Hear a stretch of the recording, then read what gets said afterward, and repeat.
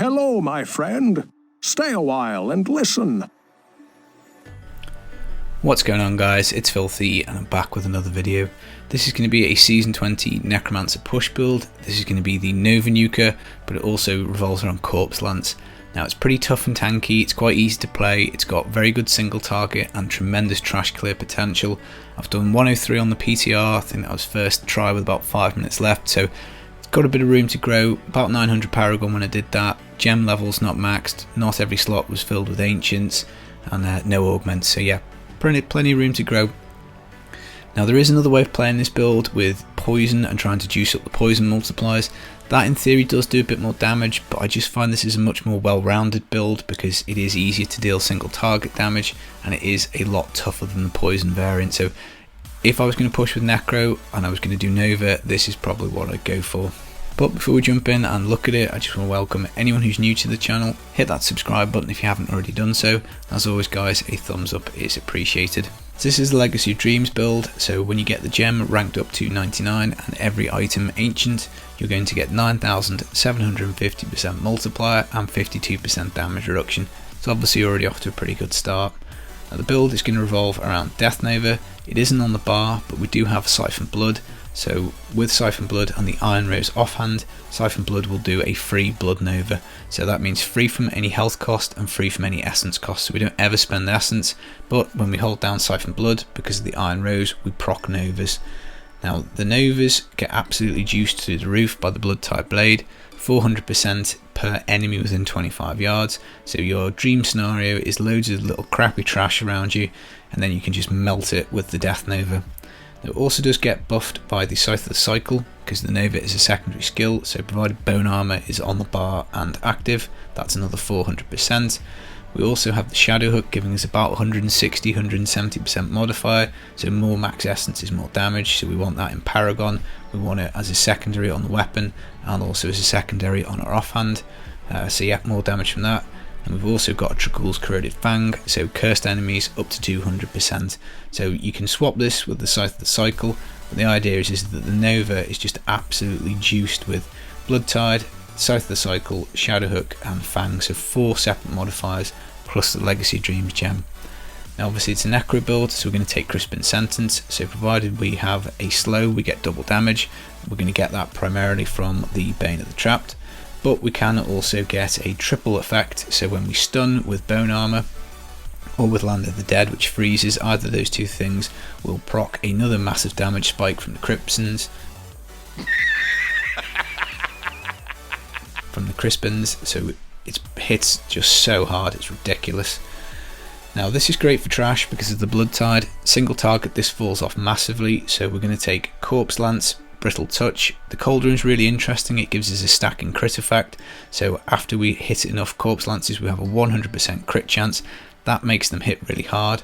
Now they are buffed up by the Shadow Hook and also by the Trags. They don't benefit from Scythe of the Cycle or Blood Tide, but we do also have the Johnstone giving us 200% extra on first 50 Corpse Lances after we've used Land of the Dead.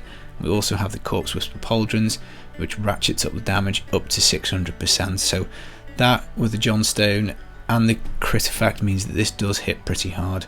Now obviously we need corpses to be able to fire the lances, so that is going to be covered by the Golem. So Flesh Golem, we will be able to plop a pile of corpses down. Obviously when we Nova stuff to death, there's going to be corpses on the ground, so we should be able to single target stuff quite effectively with the Corpse Lance. One thing you need to bear in mind is your Johnstone stacks is only 50, so they do drop off. Once they've dropped off, you're probably best off reactivating Land of the Dead to get them back. The Land of the Dead is pretty much here for Juggernaut, for the Rift Guardian, basically something tough, something single that we need access to a lot of corpses. Now the Golem is back really quickly, it's on a 45-second cooldown, but because of the Golem Skin Breaches we get 25 seconds off that cooldown, so it's a 20-second cooldown, so that's pretty nice, so you can plop this guy down pretty often and Corpse Lance yourself. Now obviously the modifier for Corpse Whisper Pauldrons does drop off, but this is mainly used for the Rift Guardian, but as I say, it does help out generally. And then final modifier is the Convention of Elements. Now we actually get quite a good use out of this because it's 200% on the various elements. The Nova is physical, so whenever it gets to physical we're going to do 200% extra damage. So the idea is you want to be siphoning blood during your physical cycle. Then, because the Corpse Lance is cold, you want to ideally be firing your Corpse Lances during the cold cycle. So when you get to the Rift Guardian, you want to make sure Land of the Dead is popped just a fraction of a second before the cold window, and then you can dump out your Corpse Lances with mega damage. So that's kind of the only thing you need to bear in mind. But if you just glance down, if you're on cold, maybe do a few Corpse Lances. Physical, you definitely want to be Novering. Now you can kill stuff with Blood Tide without the physical Cyclone Convention, but it's just another nice multiplier. Now we also have the Bane of the Powerful. This is giving us an extra 20% damage once we kill our first elite, as well as 15% increased damage against elites and damage reduction from them. Stricken is something you'll have to swap over to eventually, but again it's another modifier. But other than that, guys, we're just going to stack toughness.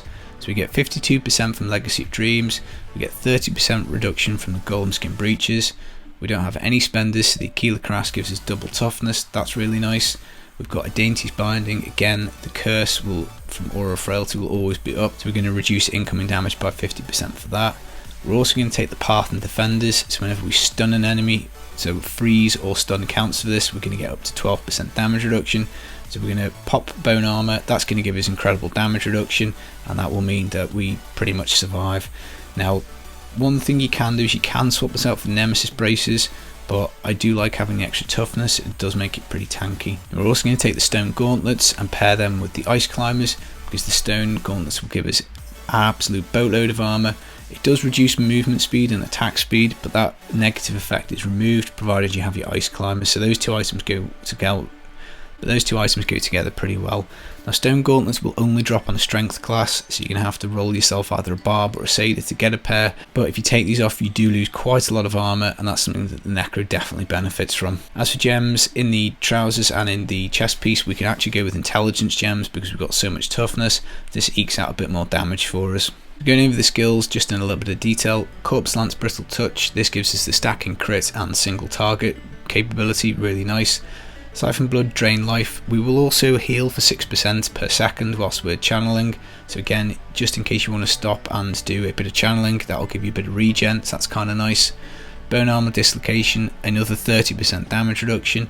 We also get the Stun, which is obviously very handy, so you want to kind of stun and then use your Siphon Blood during your physical cycle. So ideally you want to stun on physical and then use Siphon Blood to get Death Nova increased damage. Frailty, Aura of Frailty, this gives us a 50% damage reduction the whole way and activates the Dragool's bonus for more damage. Land of the Dead Frozen Lands, Infinite Corpse Kills for Corpse Lance, we proc the Crispins for the triple effect there, again just absolutely massive damage.